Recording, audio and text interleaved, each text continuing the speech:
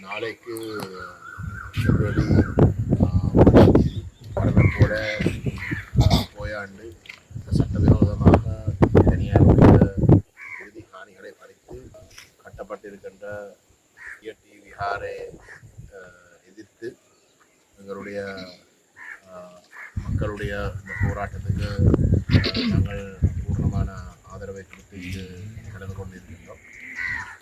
அந்த வகையிலே கடந்த வாரம் யாழ்ப்பாணத்துக்கு வருகை தந்து பேசின ஜனாதிபதி உண்மைக்கு முரணான கருத்துக்களை யாழ் மண்ணிலே நிற்கத்தக்கதாக இந்த தையட்டி விஹாரை சம்பந்தமாகவும் குறிப்பாக இந்த போராட்டங்களை முன்னெடுக்கின்ற மக்கள் தொடர்பாகவும் பேசியிருக்கின்றனர்.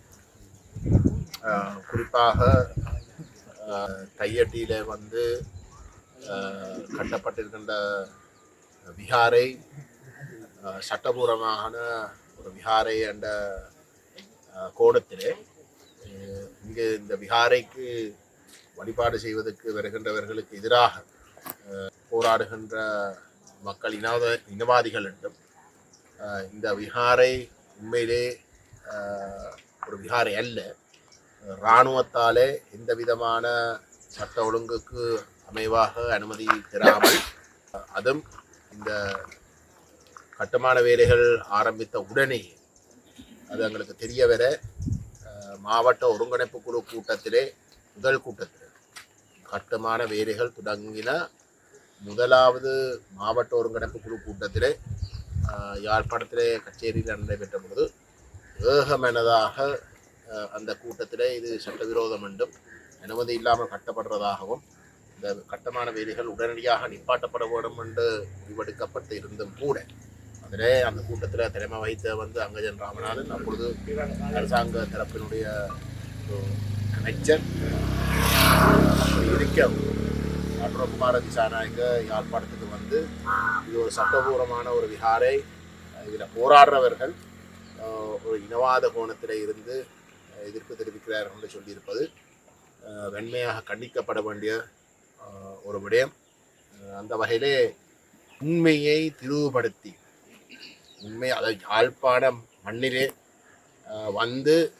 இங்கே வாழ்ந்து கொண்டு இருக்கக்கூடிய தமிழ் மக்களுக்கு உண்மைகள் என்ன என்று நன்றாக தெரிஞ்சு இருக்கின்ற ஒரு சூழல்லே அவ்வகையான ஒரு அப்பட்டமான பொய்யை துணிஞ்சு சொல்கிறார் என்றால் எந்தளவு தூரத்துக்கு இங்கு வாழுகின்ற பாதிப்புக்கு அடைந்திருக்கின்ற குடும்பங்களையும் போராடுகின்ற மக்களையும் இவ்வகையான மோசமான இனவாத செயல்பாடுகள் நடத்தி கொண்டிருக்கின்ற இராணுவத்துக்கு எதிர்ப்பு தெரிவிக்கின்ற மக்களை மதிக்காமல் அவர் நடந்து கொண்டிருக்கிறார் என்றது ஒரு பக்கம் இருக்க, அது என்ன காட்டுதுன்றா அவருக்கு தமிழ் மக்களுடைய கருத்துகள் தமிழ் மக்களுடைய எண்ணங்கள் அவசியமில்லை.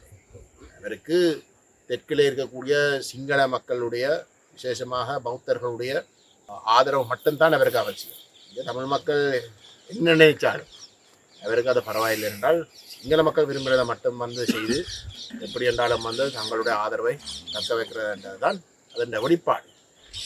ஆகவே இவ்வளோ காலம் நாங்கள் இந்த தேசிய மக்கள் சக்தி ஆட்சிக்கு வருவதற்கு முதல் இருந்த கட்சிகள் தான் இனவாதிகள் என்று நாங்கள் நினைச்சாங்க. தேசிய மக்கள் சக்தி உண்மையிலே அந்த பழைய ஜேவிபி அல்ல.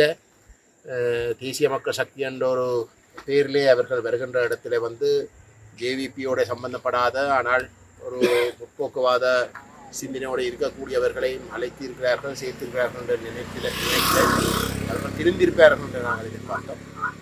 ஆனால் இந்த தையட்டி விடயத்திலே அன்ரோகுமார திசாநாயக்க கடைசியாக யாழ்ப்பாணத்துக்கு நடந்து கொண்ட விதத்திலே அவர் அந்த பழைய ஜேவிபியினுடைய அதே பாடியில் தான் இந்த தேசிய மக்கள் சக்தி என்ற போர்வையில் அவர்கள் இயங்குகிறார்கள் என்றது அவர்கள் நிரூபித்திருக்கிறார்கள்.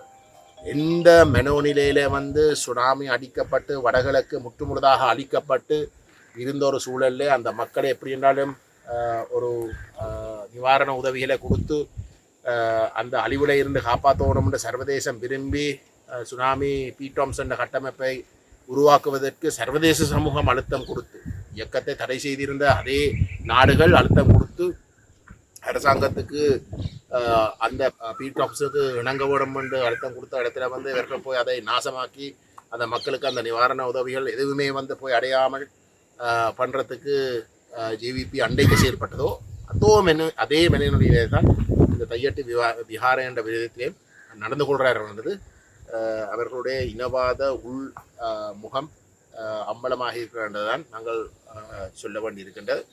நான் ஏன் இதை சொல்கிறேன்டா, தையட்டி விஹாரை ஒரு மிக முக்கியமான ஒரு பரீட்சை. இந்த விஹாரை சம்பந்தப்பட்ட விடயத்திலே வந்து எந்த ஒரு தொல்பொருளும் சம்பந்தப்படவே இல்லை. அது சம்பந்தமாக எந்த ஒரு ஆதாரமும் கிடையாது. இங்கு காணிகள் முற்று முழுதாக தனியாருடைய உறுதி காணி.